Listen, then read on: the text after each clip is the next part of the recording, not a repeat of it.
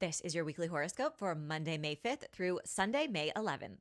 We have some of the sweetest astrology this week that we've had in quite a while, so you're gonna wanna make the most of it. And it starts out on Monday when Mercury in Aries forms a sextile with Jupiter in Gemini. Mercury is a planet of communication and information. Jupiter is a planet of support. So when they come together, we are feeling heard, seen, and appreciated. We're learning lucky news. We're having positive interactions with others. You're hearing the yes that you were hoping for. This is also a great time to spread your wisdom, to talk about your lived experience, because it can help shift or change someone else's perspective or understanding of the world around you. It's a great time to elevate important news stories or causes, to come together in a group to support community building or mutual aid. We can really move mountains when we come together, when Mercury and Jupiter are in a supportive interaction with one another. Sometimes this also just looks like having a fun time with friends or having something that is worth celebrating. Now, this is taking place at 22 degrees. So if you have any planets or placements around 22 degrees of the fire or air signs, you're going to feel the benefits of this the most intensely. We have a double whammy on Tuesday, May 6th, and Aries in particular, I want you to listen up. You might be feeling way more emotional. Everyone's going to feel a little bit more emotional and raw and vulnerable because Mercury and Chiron are forming a conjunction in the sign of Aries. But Aries in particular, it is going to hit you on a deeper level. So this is going to be an important day for everyone to have raw, honest, and vulnerable conversations. You are focused on your healing journey, and that is because Chiron is the wounded healer. It represents the wounds that we carry with us in this lifetime, but also our own potential to help and heal others. Mercury, again, is that planet of communications, but it's also our associations and who we keep close to us and our friendships. So there is the potential to have conversations that feel raw, vulnerable, triggering, cathartic, or even healing. It's also possible you're making some sort of important decision about your healing journey or have some sort of revelation regarding a past wound as well. Fortunately, on the same day, Venus is forming a sextile with Pluto. And this has happened 2 other times this year because Venus was retrograde. So it's actually going to bring us back to February 7th and March 21st, which were the last 2 times that these 2 planets came together. So you can think of this as the third and final chapter to whatever themes, topics, and conversations were unfolding on those specific days. Now, Venus is this planet of relationship and support and connection, and Pluto is a planet of transformation. So when they come together, it's a great day for deeper interactions as well, but also for working with change in an easier way. A lot of the times, change feels uncomfortable or scary, and so we have this resistance towards it. But when Venus and Pluto come together, it's really helpful for changing your own patterns, your mindset, for reflecting on your relationship patterns as well, and for integrating new habits and dynamics that ultimately can lead to a stronger and healthier foundation. You could also sign a contract or learn about an opportunity that feels transformative or healing or even inspiring in some way. Now, on Wednesday, May 7th, we don't have too much action, but we start the day off with the moon forming a square to Jupiter, which can have us overdoing it. And by the end of the day, we have the moon forming an opposition with Saturn. And this can look like us feeling like we've hit a wall.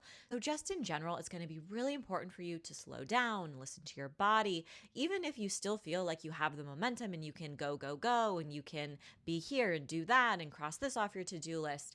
Try to slow down intentionally and proactively, because by the end of the day, you can really just feel depleted. On Thursday, May 8th, the energy is a little spicier, and that is because the moon is in Libra, but it's traveling between an opposition with Venus in Aries, and then it is approaching a sextile with Mars in Leo. So this really brings the 2 planets, Venus and Mars, that have to do with our desires, our motivation, and kind of our sexual urges together in a productive way. So, this could be a great time for a first date, a great time for a steamy encounter, but also really great for making progress with your creative mind, whether that is some sort of creative project or focusing on a hobby or activity that really lights you up.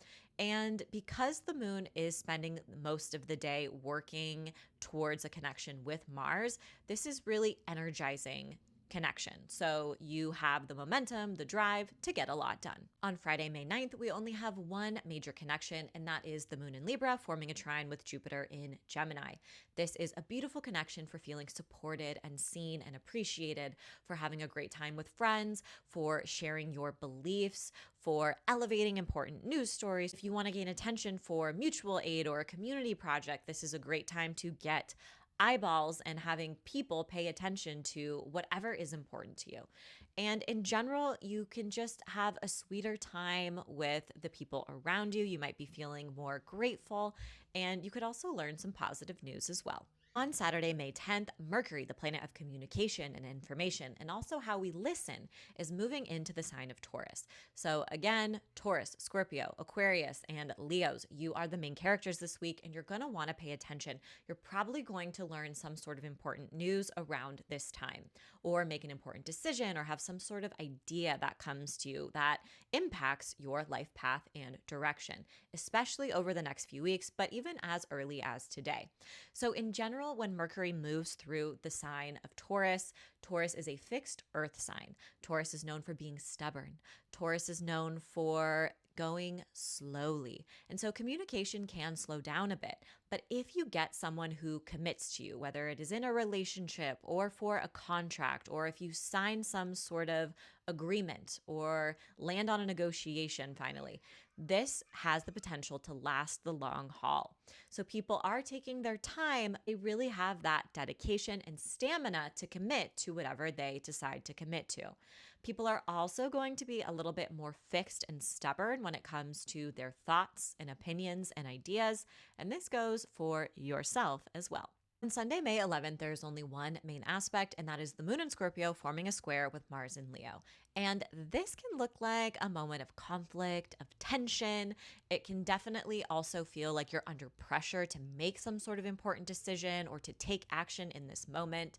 Because these are two fixed signs, if you are getting in a conflict or a disagreement around this time, there is an element of stubbornness, like neither of you are budging, no one is going to change their opinion, and that certainly can bring up big feelings. Now, there's also this element of energizing energy. So maybe you are making a lot of progress on something, or you are busy and you're getting a lot done, but there is always that potential to overdo it. So slow down and listen to your body just proactively. If you enjoyed your weekly horoscope and want to know more about your daily horoscope, you can tune into my podcast, Daily Horoscope for Your Zodiac Sign with Stephanie Campos. Thanks so much and see you tomorrow.